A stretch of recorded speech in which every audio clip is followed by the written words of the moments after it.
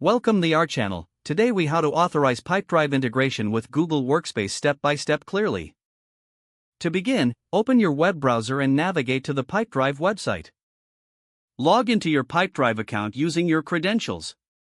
Once you are in your dashboard, locate the settings icon on the top right corner and click on it. In the settings menu, find and select the integrations option. Scroll down until you see the Google Workspace section and click on it. You will be prompted to initiate the authorization process. Click on the button that says Authorize Google Workspace. A new window will appear, prompting you to sign in to your Google account. Enter your Google account email and click Next. Input your password and click Next again. You may need to complete two-factor authentication if it's enabled on your account. Once you are signed in, Google will display a list of permissions required by Pipedrive. Review these permissions carefully to ensure you're comfortable with them. Click on the Allow button to grant access. You will be redirected back to Pipedrive, confirming the integration was successful. The integration may take a few moments to finalize. Once completed, you will see a confirmation message on your Pipedrive dashboard. You can now begin utilizing Google Workspace features within Pipedrive.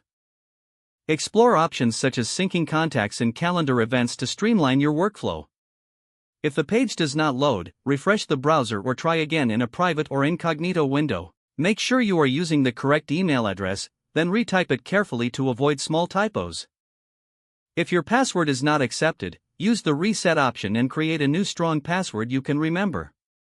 Check your spam folder for verification or security emails, then complete any requested confirmation step. Enable two-factor authentication if available to improve account security and reduce unauthorized access risk. After signing in, review your profile details so your contact information and settings are accurate and current. If you see an error message, note it down and try again after restarting your device and internet connection. Log out when you finish, especially on shared devices, to keep your account and payment information secure. If the page does not load, refresh the browser or try again in a private or incognito window.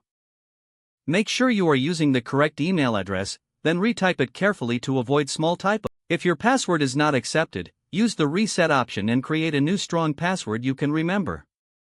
Don't forget to like this video and subscribe to our channel for more step-by-step tech guides.